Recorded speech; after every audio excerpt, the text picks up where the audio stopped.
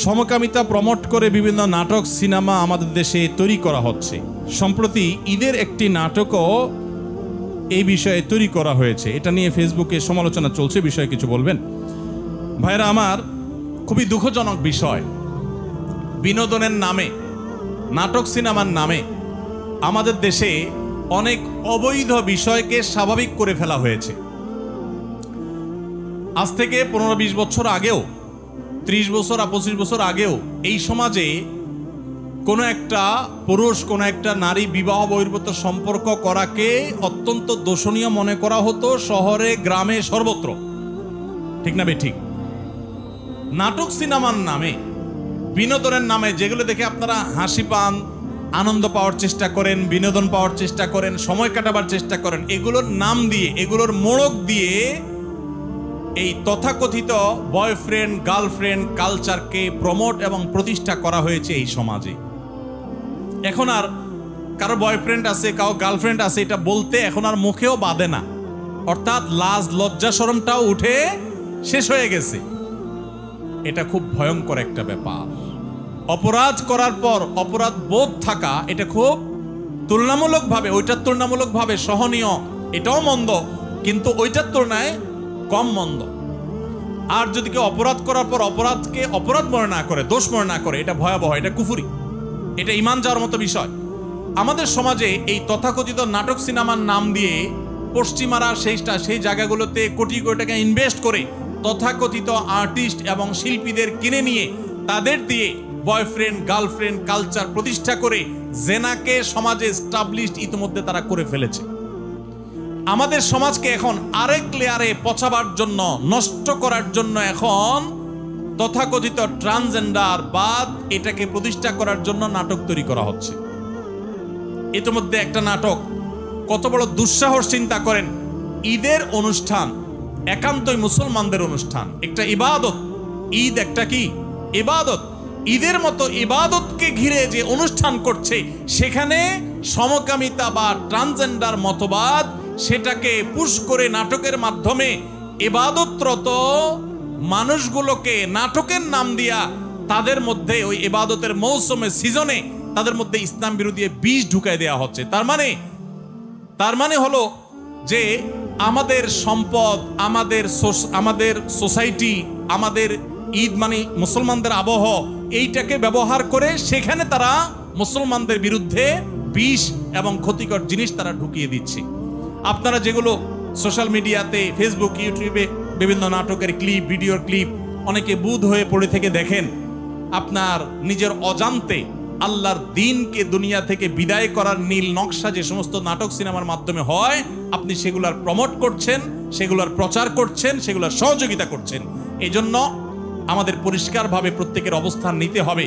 যেই সমস্ত কোম্পানি, যেই সমস্ত আপনার ব্যবসা প্রতিষ্ঠান এই সমস্ত ট্রান্সজেন্ডার মতবাদ, এই সমস্ত সমকামিতা, যেটা আমাদের রাষ্ট্রের আইনেও 2 বছর কারাদণ্ড বলা আছে, এরকম একটা রাষ্ট্রের আইন বিরোধী এবং বাংলাদেশের হিন্দু, মুসলিম, খ্রিস্টান, বৌদ্ধ সকল ধর্মের মানুষের সর্বসম্মতিক্রমে সকল ধর্মমতে যেটা অন্যায়, অপরাধ এবং পাপের কাজ, রাষ্ট্রীয় আইনে যেটা অবৈধ, সেরকম একটা জিনিসকে যারা স্বাভাবিক করার চেষ্টা করছে, তারা হোক বিশ্ববিদ্যালয়, হোক তারা ব্যাংক, হোক তারা মোবাইল ব্যাংকিং কোম্পানি, হোক তারা অন্য কোনো প্রতিষ্ঠান, হোক তারা যেই কোনো প্রতিষ্ঠান, তাদেরকে বর্জন করা, বয়কট করা, উপযুক্ত শাস্তি নিশ্চিত করার চেষ্টা করা আমাদের প্রত্যেকটা মানুষের দায়িত্ব।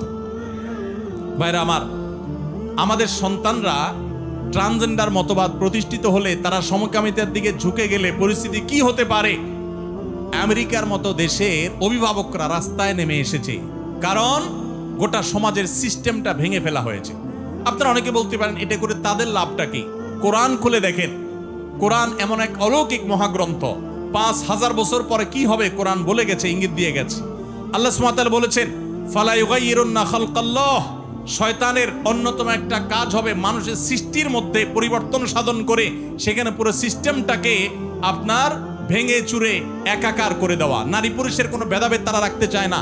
আপনারা জানেন বাংলাদেশে এখন অনেক ফরম তৈরি হচ্ছে, ছেলে মেয়ে পরিচয় রাখতে চায় না।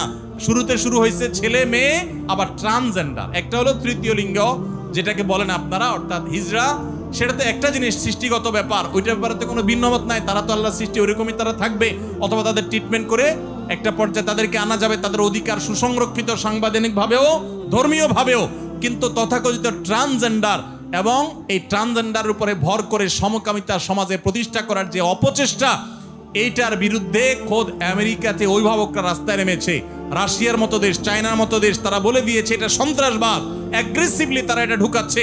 অনেক গার্মেন্টস প্রতিষ্ঠানকে, মালিকদেরকে বাধ্য করা হচ্ছে, আপনি সমকামিতাকে সমর্থন করেন কিনা, তাহলে আপনাকে ফান্ড দেয়া হবে, আর না হলে দেয়া হবে না। তারা নারী পুরুষের পরিচয়কে একাকার করে দিয়ে এখানে যে বিশৃঙ্খল পরিস্থিতি তৈরি করতে চায়, আল্লাহ বলেছেন এটা শয়তানের এজেন্ডা। ফালা ইউগাইয়িরুন্না খালকাল্লাহ, আল্লাহর সৃষ্টি নারী এবং পুরুষ, এগুলোর মধ্যে পরিবর্তন সাধন করে এগুলোকে মেসাকার করে, একাকার করে, বিশৃঙ্খল করে ফেলা, এটা শয়তানি এজেন্ডা যেটা বাস্তবায়ন করছে। অতএব ঈদের অনুষ্ঠানে বা যে অনুষ্ঠানে হোক, নাটকের নামে, সিনেমার নামে আপনারা একটার পর একটা অবৈধ জিনিসকে সমাজে স্বাভাবিক করে ফেলবেন। এখন আবার সমকামিতাকে স্বাভাবিক করার এজেন্ডা নিয়ে নামছেন। আপনারা কিছু পয়সা কড়ি পাবেন, কিছু ফান্ড পাবেন, এগুলো নিয়ে দেশে বাইরে চলে যাবেন, ওই কানাডার বেগমপাড়ায় চলে যাবেন, আমেরিকায় চলে যাবেন, আর আমাদের সমাজকে, আমাদের সন্তানদেরকে ধ্বংস করে দিয়ে তারপর চলে যাবেন। এটা কোনোদিনই এদেশে মানুষ সহ্য করবে না।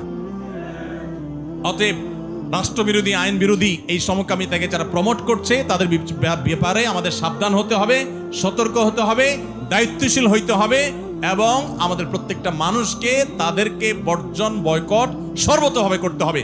শয়তান এসে বলবে আমি একা বয়কট করলে কি হবে, আপনি আপনার দায়িত্ব পালন করেন, কি হবে না হবে আপনার দেখার দরকার নেই। আপনি আল্লাহকে বলবেন, আল্লাহ আমি আমার চেষ্টাটুকু করছি, করা যাবে না ইনশাআল্লাহ। আল্লাহ আমাদেরকে তৌফিক দান করুন।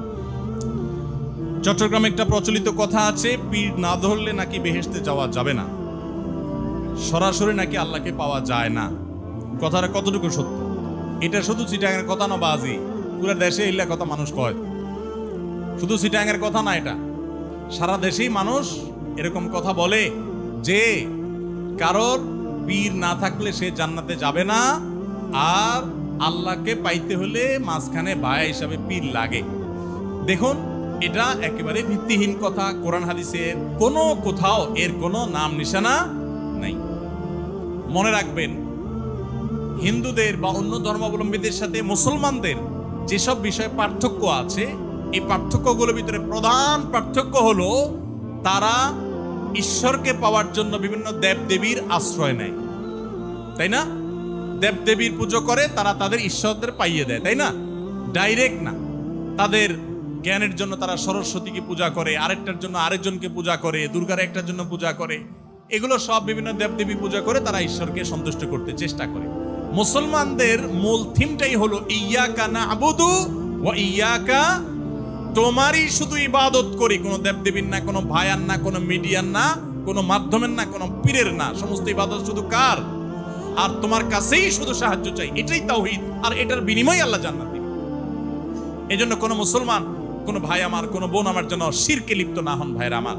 হ্যাঁ, অবশ্যই পীর নাম দেন, অন্য কোনো নাম দেন আপনি, কোনো একজন আলিম, কোনো একজন মুত্তাকি, পরহেজগার বা একাধিক কোনো ভালো মানুষ, তার সান্নিধ্যে আপনি থাকলেন ভালো হওয়ার জন্য, তার কাছ থেকে গাইডলাইন গ্রহণ করলেন, কোরআন হাদিসের আলোকে যদি তিনি বলেন তাহলে সেগুলো নিলেন, এটা তার কাছ থেকে ভালো কিছু গ্রহণ করবার জন্য করলেন, এগুলো জায়েজ আছে। বরং শুধু জায়েজ না, এগুলো বরং করা কাম্য। আল্লাহ বলেছেন, ইয়া আইয়ুহাল্লাযীনা আমানুত্তাকুল্লাহ ওয়া কুনু মা'আস সাদিকিন, হে ঈমানদারগণ তাকওয়া অবলম্বন করো এবং সত্যবাদীদের সাথে থাকো। সেই হিসাবে আপনি ভালো মানুষ, নেককার মানুষ, আল্লাহওয়ালা মানুষ, পরহেজগার মানুষ, তাদের সাথে থাকবেন, উঠা বসা করবেন, তাদের সান্নিধ্যে দিবেন। কিন্তু ওই যে পীর না ধরলে, ধরাধরি জিনিসটা তো ভাই ভালো জিনিস না, কি বলেন ও বাজি? ধরাধরি কি ভালো জিনিস নাকি? ধরাধরি করা, ধরাধরি কাউকে যদি ধরে, এটা তো নেগেটিভ অর্থে হওয়ার সম্ভাবনা আছে, তাই না? এখন বলছেন পীর না ধরলে বেহেশতে যাওয়া যাবে কিনা? ভাই, কারো ধরাধরি করার দরকার নাই। নেককার মুত্তাকিদের পারলে সোহবত সান্নিধ্যে যাবেন। এছাড়া আল্লাহ জান্নাতকে কোনো ব্যক্তির উপর ডিপেন্ডেন্ট করে দেন না, যে তুমি অমুক হুজুরের পিছে না গেলে, কোনো একটা হুজুর না ধরলে তোমার জান্নাত যাবে না। না, কোনো হুজুরের উপরে আপনাদের জান্নাত ডিপেন্ড করে না। আপনার জান্নাত ডিপেন্ড করে আপনার আমলের উপরে। আলেম ওলামাদের কাছ থেকে কোরআন হাদিসের জ্ঞান আহরণ করবেন, ভালো মানুষের সান্নিধ্যে যাবেন, সে আলেম না হলেও হতে পারে, কিন্তু সেটার উপরে আপনার জান্নাত একেবারে ঝুলে আছে, ওইটা না হলে আপনি যাবেন না, ব্যাপারটা সেরকম না।